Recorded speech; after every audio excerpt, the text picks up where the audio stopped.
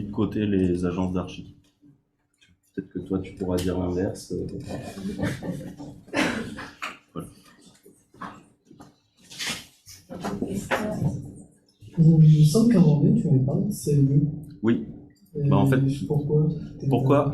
Parce qu'en fait, ça m'intéresse aussi de travailler avec des CAIE à côté, peut-être plus tard. Je pense que ça viendra plus tard, puisque dans beaucoup de CAIE, c'est recommandé d'avoir une expérience en maîtrise d'œuvre. Et donc, c'est plus simple de rentrer dans un CAIE après avoir fait de la maîtrise d'œuvre que de faire l'inverse, que de commencer par faire de la maîtrise d'ouvrage et après basculer en maîtrise d'œuvre. Voilà.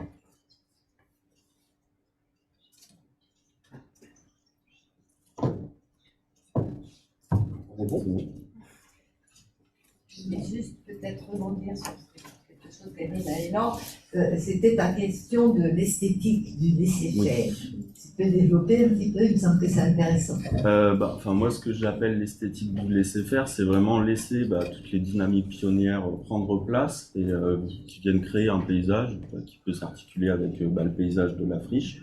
Je trouve que c'est intéressant de laisser la végétation se développer et seulement avec les traces, donc le passage des personnes, des flux à certains endroits, viennent créer un paysage qui peut être le paysage de l'avenir.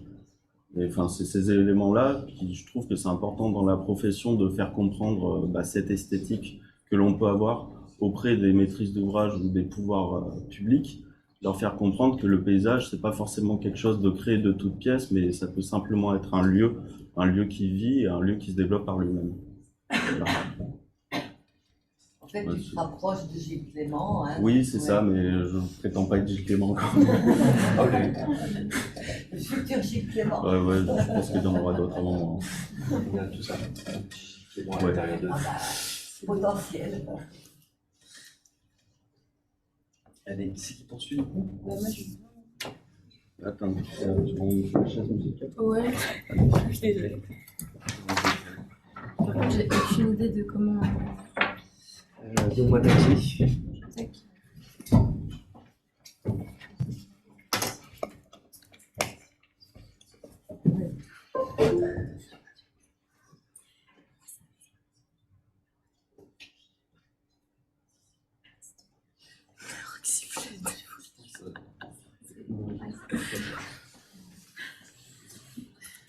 Ah, j'ai pas partagé l'écran, pardon.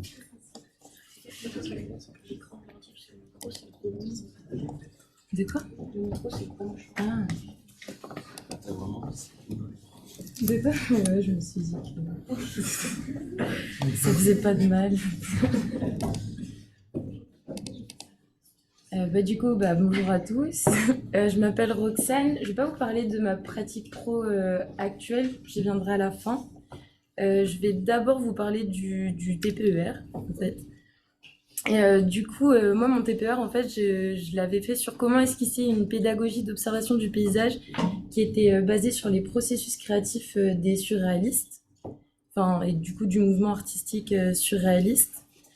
Ce choix de sujet, en fait, je l'avais fait parce que j'ai toujours eu un attrait pour l'art, le domaine du rêve et de l'inconscient, et j'étais aussi baignée dans tout ce qui était surréalisme, même dans mes lectures, dans mes visionnages.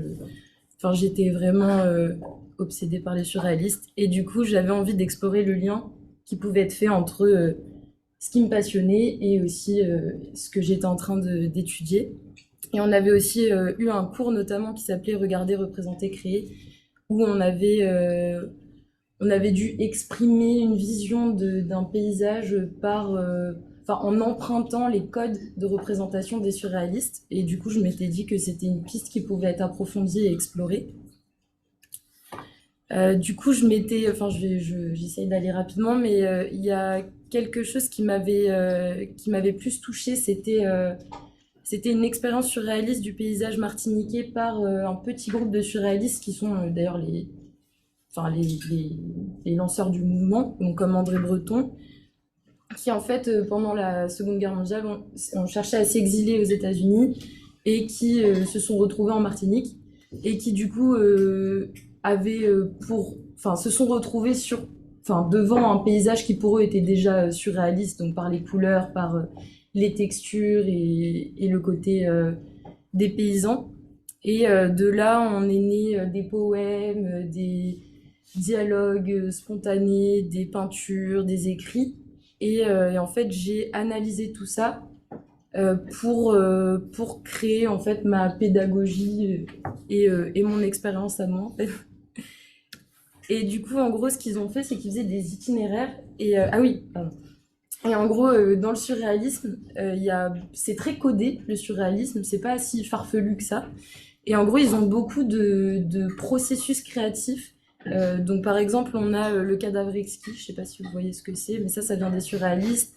Ils faisaient des choses sous hypnose, ils notaient les choses, ils faisaient beaucoup de tableaux. Enfin, c'était très au final, presque scientifique comme méthode d'expression artistique. Et du coup, je me suis dit, je vais prendre ces processus créatifs et je vais essayer de les appliquer dans une observation du paysage. Et j'avais repris aussi cette idée d'itinéraire, donc comme avaient fait les surréalistes en Martinique. Donc j'avais créé des itinéraires, j'avais créé des petits groupes et on testait les processus créatifs sur des points d'intérêt. Donc ça a donné des dessins collectifs où tout le monde va dessiner sur la même feuille. Et le but, c'est vraiment d'être dans quelque chose de très spontané. C'est ça que je trouvais intéressant aussi chez les surréalistes. C'est qu'on essaye de faire appel à l'inconscient et pas à ce qu'on a appris sur la théorie de ce que c'est qu'observer un paysage. C'est de mettre de côté ce qu'on a appris et d'être vraiment que dans le ressenti. Et du coup, voilà, donc il y avait des écritures exquises, j'avoue, je sais pas trop comment. Mais en gros, chacun écrivait une phrase et ça permettait en fait à chaque fois d'avoir une espèce d'observation globale.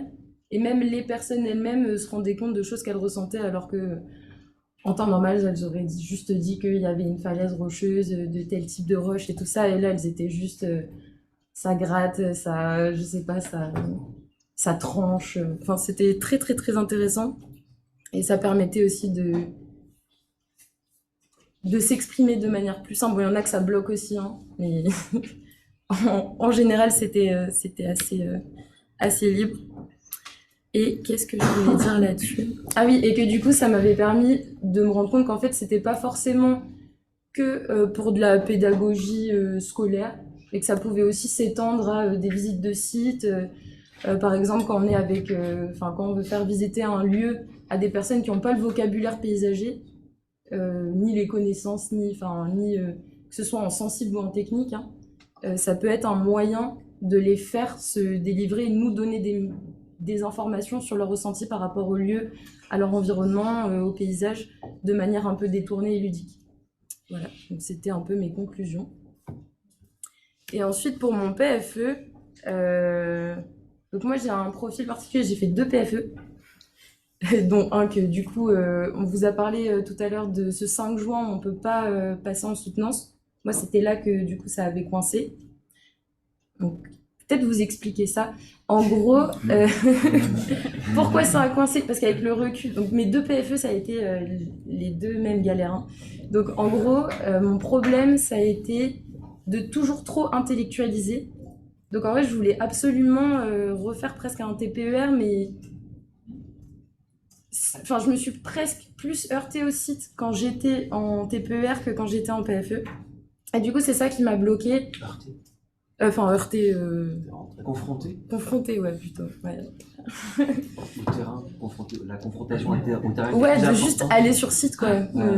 D'aller sur site et de l'arpenter. Enfin, je l'ai plus fait dans mon TPER au final que dans mon PFE. Parce qu'en fait, j'avais peur de trouver un site. J'avais peur de ne pas trouver quelque chose qui allait me faire vibrer pendant 6 mois. Et du coup, on va directement passer au... je pense que c'est bien de se détacher de ça. Je pense que dans tous les cas, juste faut faire un choix. Faut faire un choix et après, de toute façon, c'est vous. Donc, forcément, vous allez en découler quelque chose qui vous ressemble. Mais du coup, voilà, moi, c'était mon problème. C'était de trop rester dans ma tête et de tout problématiser et tout intellectualiser. Donc voilà, mais j'ai quand même réussi à l'avoir ce PFE.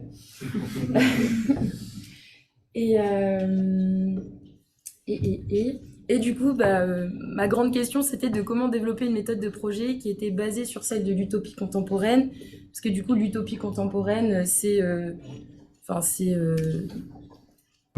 c'est codifié, quoi. Enfin, vraiment, on sait ce que c'est qu'une utopie contemporaine. Et comment est-ce qu'on a une posture utopique, comment est-ce qu'on intègre une démarche utopique dans un projet de paysage. Et là, notamment, du coup, c'était pour Bordeaux Intraboulevard Rive Gauche. Donc j'avais choisi ce site parce qu'il était ultra contraint. Et du coup, je trouvais ça intéressant de justement pousser l'utopie dans un lieu qui était très contraint. Pour ça, je m'étais inspirée de professionnels de l'aménagement de l'espace qui avaient déjà cette posture utopique et qui avaient un peu aussi une posture artistique. Du coup, il y a Achille Duchesne qui a fait des jardins d'utopie, des jardins de rêve. Donc ça, c'est au 19e siècle. Ensuite, on a Luca Merlini qui est un urbaniste qui passe par l'écriture, par le dessin, qui fait des conférences, mais qui est praticien aussi. On a aussi Vito qui a écrit Utopique et qui a essayé de proposer une vision de ce que serait une ville parfaite, enfin, dans son utopie à lui, hein, et qui a fait une BD. Et on a Nicolas Michelin, en fait, qui, lui, s'est retrouvé face à une impossibilité. Enfin, il a compris qu'en fait, il y avait une impossibilité en tant qu'architecte pour lutter, pour défendre ses valeurs, et du coup, il est passé par des contes et des métaphores. Enfin, voilà. Du coup, moi, ma méthode, ça a été de recréer, parce qu'en fait, une utopie, c'est aussi un nouveau contexte social, parce que du coup, ça peut pas marcher si on change pas les acteurs et les relations entre les acteurs. Du coup, moi, je m'étais amusée à refaire tous les liens, enfin tous, ce que j'avais pu, en tout cas, j'avais fait des nouveaux liens d'acteurs, enfin, comment ça peut marcher à l'échelle politique, à l'échelle du citoyen, à l'échelle de l'éducation, et j'avais essayé de refaire des liens comme ça. Donc j'avais recréé un peu ma société, et ensuite j'avais ciblé 3 lieux dans Bordeaux intra-boulevard. Donc il y avait un grand ensemble urbain et qui était un peu emblématique, qui est Quinconce, l'esplanade des Quinconces. Donc on pourrait penser intouchable en soi. J'avais aussi fait à plusieurs échelles des endroits dans des quartiers d'échoppe. Donc il y avait de la dent creuse, il y avait juste une rue lambda, la rue du quotidien, quoi, la rue qu'on pratique au quotidien, et une infrastructure routière qui était une barrière des boulevards. Et j'ai fait mes utopies, et après je me suis dit, mais en fait ces utopies elles sont pas si éloignées que ça de ce qui pourrait être possible. Et du coup je m'étais amusée à créer un curseur d'utopie pour montrer en fait selon l'utopie en fait à quel point on était si éloigné que ça ou pas de ce qui était faisable. Donc ça c'était un bonus. Voilà, c'est ça un petit extrait. C'était juste pour vous dire que ça pouvait être fun aussi en termes de représentation, qu'on pouvait avoir de l'espace pour s'exprimer, même si c'est un PFE quoi. Et j'avais noté quelques petits conseils. C'était juste d'y aller, d'aller sur site, d'aller voir des gens. J'ai mis amener des gens avec vous sur votre site, écrivez, faites la fête sur votre site, peignez, filmez. Enfin, en fait, il faut essayer plein de médiums, je pense, pour s'imprégner du lieu, parce qu'on n'est pas tous pareils, on marche pas tous pareils, et pour trouver une manière de créer un peu l'étincelle avec son PFE, quoi. Je pense que c'est comme ça que j'aurais aimé l'avoir fait en tout cas. Ensuite, j'avais écrit de le faire pour vous et pas pour qui que ce soit d'autre. Parce que moi aussi c'est ça qui me prenait la tête, c'est que je voulais à la fois le faire pour moi, mais vu que j'avais raté en plus déjà une fois mon PFE, enfin la pression elle était au max, et du coup je voulais aussi faire plaisir aux profs, enfin c'était très compliqué, et du coup juste je pense que faut y mettre 100% de son être, et de toute façon les profs après ils sont là pour nous guider, mais je pense qu'il faut justement pas se brider dès le départ quoi, et juste faire de la matière, et au pire cette matière, elle vous servira toujours, que ce soit dans votre vie d'après. Par exemple, moi, j'ai fait beaucoup de films, de dessins, d'écriture, et c'est quelque chose que je mobilise encore aujourd'hui, même dans ma pratique professionnelle. Voilà. Ah oui, et quelque chose, du coup, que j'ai capté dans la vie pro, c'est de ne pas hésiter, de ne pas avoir peur de dessiner et de redessiner, parce qu'en fait, le projet, à la fin de votre PFE, le projet ne sera pas figé. Enfin, il peut quand même évoluer. Au final, le PFE, c'est court. C'est pas possible de rendre un vrai projet, c'est sur des années. Et là, je m'en suis encore plus rendu compte en travaillant, parce que On est à 2 jours du rendu, donc là